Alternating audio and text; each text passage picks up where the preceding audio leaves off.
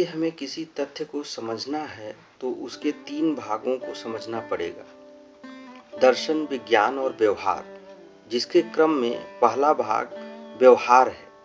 किसी वस्तु या तथ्य को अपनी इंद्रियों के ज्ञान से सुनना, स्पर्श करना, देखना, टेस्ट करना और स्मेल करना। दूसरा, उसके विज्ञान को जानना। फिर तीसरा, उसके दर्शन को समझना। बिना इन तीनों के समन्वय के किसी वस्तु या तथ्य का पूर्ण ज्ञान नहीं हो सकता। इसलिए सृष्टि की उत्पत्ति के क्रम के रहस्य को समझने के लिए पहले हमें अपने इंद्रियों से समझ में आने वाले तथ्यों को, यानी पंचभूतों के व्यवहार को समझना अति आवश्यक है। तभी हम इसके विज्ञान और गणितीय पक्ष को समझ सकते हैं, जिसके क्रम में प्रथम वीडियो में हम लोगों ने देखा कि इन पंचभूतों की उत्पत्ति का क्रम, उनके गुणों जो कि इंद्रियों द्वारा ज्ञात किए जा सकते हैं, उनको समझना है। आज पूर्ण संख्याएं और सृष्टि की उत्पत्ति के क्रम का रहस्य भाग 2 में हम लोग पंच तत्वों आकाश, वायु, तेज, जल और पृथ्वी में कौन तत्व श्रेष्ठ हैं, यह जानने का प्रयास करेंगे। सर्वप्रथम हम लोग प्रथम भाग के वीडियो में दिखाए गए क्रम का पुनरावलोकन करते हैं। इसमें प्रथम तत्व आकाश, जिसका एक गुण शब्द है। द्वितीय तत्व वायु, जिसका मुख्य गुण स्पर्श है और वायु के अपने कारण के गुण के साथ शब्द और स्पर्श हैं। तृतीय तत्व तेज, जिसका मुख्य गुण रूप है। अब इसके 3 गुण शब्द, स्पर्श और रूप हैं।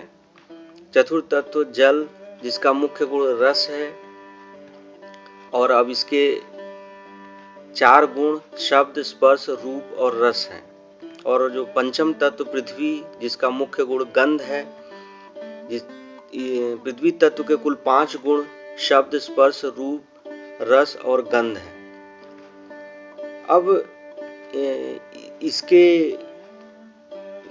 विलोपन के क्रम में यदि पृथ्वी में से गंध नामक गुण को कर्षित कर लिया जाए तो जल से रस को कर्षित किया जाए तो तेज से रूप को कर्षित किया जाए तो वायु से स्पर्श को कर्षित किया जाए तो आकाश। और अब यही प्रश्न है कि आकाश से यदि शब्द नामक गुण कर्षित हो जाए तो अब आकाश का कारक कौन है। तो अब आकाश के पूर्व क्या क्या है और इसके गणितीय पक्ष को देखने के पहले आज के वीडियो भाग 2 में पांचों तत्वों में कौन श्रेष्ठ शक्तिमान है, इस तथ्य की जांच करने के लिए आज आधुनिक विधि से वैज्ञानिक रूप से उन तथ्यों के 100% सही ज्ञान विज्ञान को जानने का प्रयास करेंगे। तो इस क्रम में पहला प्रश्न है, हम लोग पृथ्वी से उत्पन्न भोजन, फल आदि की बात करें तो हम भोजन के बिना कितने दिनों तक जीवित रह सकते हैं। तो इसका उत्तर है, वैज्ञानिकों ने बहुत सारे शोध किए हैं, कुछ महीनों तक हम जीवित रह सकते हैं।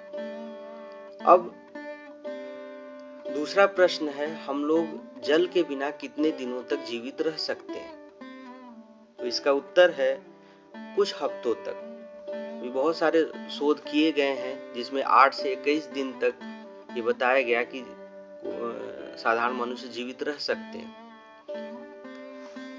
तो अब इससे सिद्ध है कि पृथ्वी का जो कारण है जल, जो कि पिछले वीडियो में हम लोगों ने देखा, जो क्रम था, जल कारण था, पृथ्वी कार्य था। तो जल अपने कार्य पृथ्वी से श्रेष्ठ है।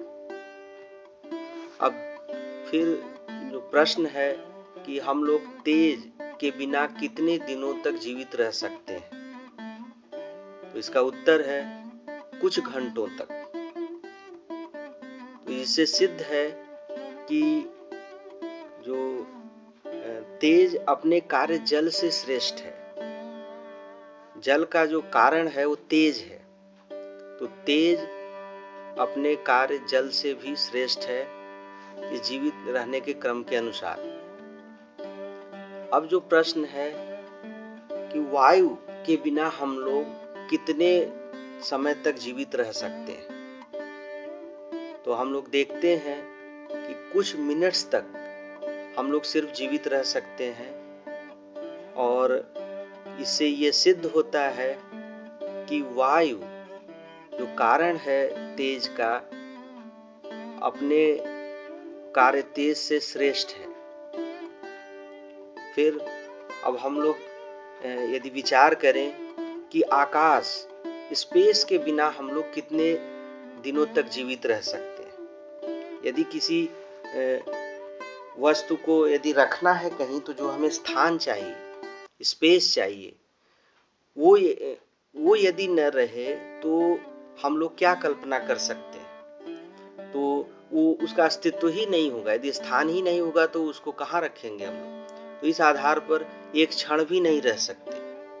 तो इससे सिद्ध होता है कि जो कारण आकाश है अपने कार्य वायु से श्रेष्ठ है। इस तरह से हम लोग देखते हैं कि श्रेष्ठता के क्रम में आकाश इन सारे पंचभूतों में श्रेष्ठ माना जाता है। अब जो इस वीडियो के सीरीज का जो अंतिम तीसरा भाग है, उसमें हम लोग ब्रह्मांड और उसमें समस्त जीवों की उत्पत्ति के दार्शनिक और गणितीय कारणों और तथ्यों को जानने का प्रयास करेंगे।